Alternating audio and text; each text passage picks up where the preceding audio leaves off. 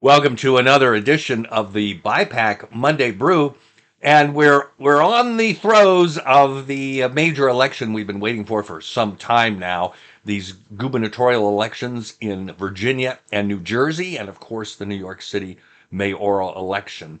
The post-election study here is going to be interesting because in Virginia, in particular, we're seeing uh, a disconnect between the polling and the early voting numbers. That usually doesn't happen, but here it is in Virginia. Now, New Jersey is showing a consistently close election between the Republican Jack Ciattarelli and U.S. Congresswoman Mikey Sherrill. Now, that the polling shows it very close, and you could extrapolate from the early votes and the statistics that are available, and it's not as good as Virginia in terms of reporting.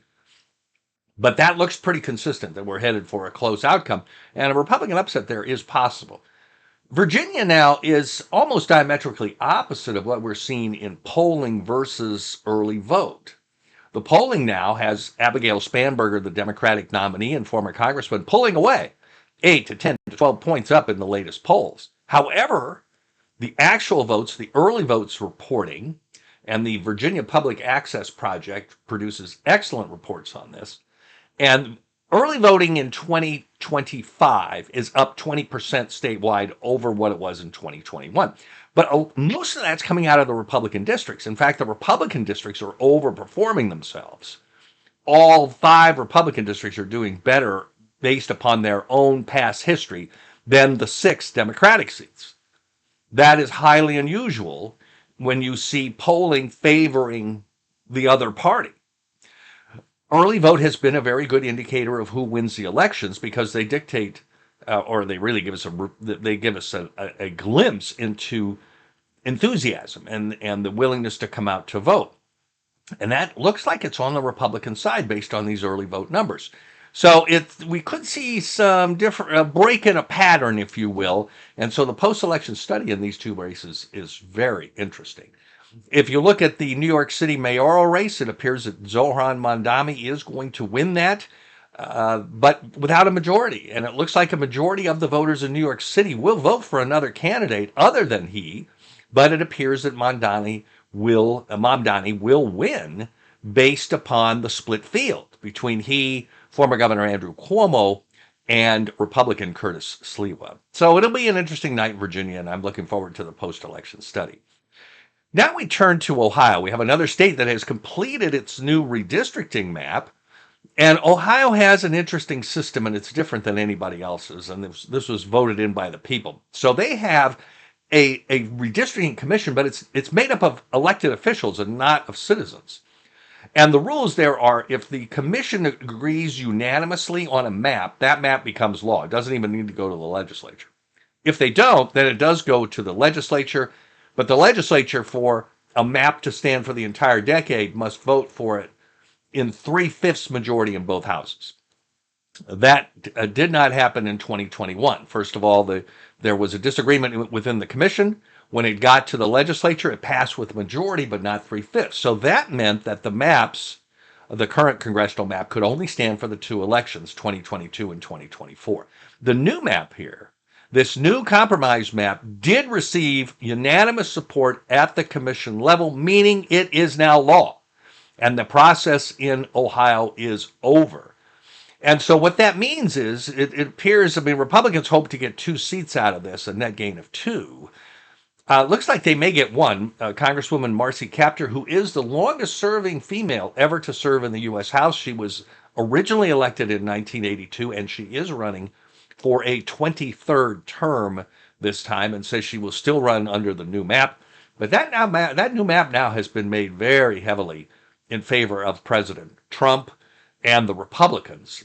And this might be beyond what Kaptur will be able to do to survive, because she won with less than a percentage point in 2024 in a district now that's about 3 points more Republican. So she has some real problems there in District 9. The other target appeared to be Amelia Sykes out of the Akron area, but her district under this compromise plan actually got a couple of points more Democratic. She won two 51.49% victories, the last one over a former state legislator who now has said he is not going to run under this new line, doesn't see a path to victory. But it is still a competitive seat here, like a 51-48 type seat that Republicans certainly could compete for, but it won't be with Kevin Coughlin, who ran last time. And the other seat now that has come into play, and it now switches from a Harris district to a Trump district by 3 points, is the first district, which is the Cincinnati seat, one of the two Cincinnati seats. Greg Landsman, the Democratic member, has that seat, and now that becomes a focal point here for the Ohio congressional races in 2026. So we have a map in Ohio. It definitely favors Republicans, and they could gain between, it looks like they gain one, and they could gain as many as three. And no Republican seat is in danger. So that's the compromise version of this map. It passes into law. We now have our fourth state, Texas, Missouri, North Carolina, and now Ohio, who has completed a redistricting. And of course, in the November 4th, we look towards a Democratic victory there on their map, which would very likely mean, in that initiative, which very likely means that the new gerrymandered Democratic map will take effect and replace the California Citizens Redistricting Commission map, which is the current map. So that's the redistricting outlook. We now turn to a Senate race in the state of Georgia. We have a new poll out there. It's a Republican primary poll from the Atlanta Journal-Constitution newspaper, and that's conducted by the University of Georgia. And they find a very interesting Republican Party primary split, which we have been expecting between Congressman Buddy Carter and Mike Collins, along with Derek Dooley, who was a former college football coach in Tennessee, actually, Tennessee and Louisiana, even though his father, Vince Dooley, the late Vince Dooley, was a legendary coach at the University of Georgia.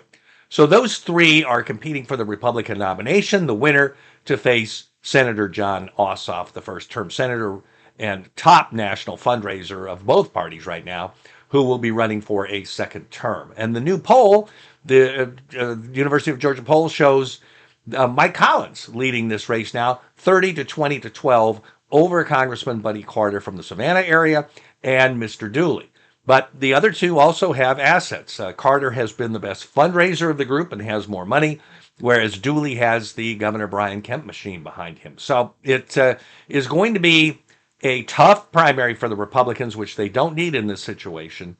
But that won't be decided until May, and then it'll go to a runoff a month later, almost assuredly to a runoff. And finally, we'll have probably a bruised and bloody nominee coming out of that Republican primary to face Jon Ossoff in November. So it's similar to the Michigan situation that the Democrats are facing. And so those two states, Michigan, Georgia, and of course North Carolina, will be the focal points of the 2026 U.S. Senate cycle. With that, we will see you next week on another edition of the BIPAC Monday Brew.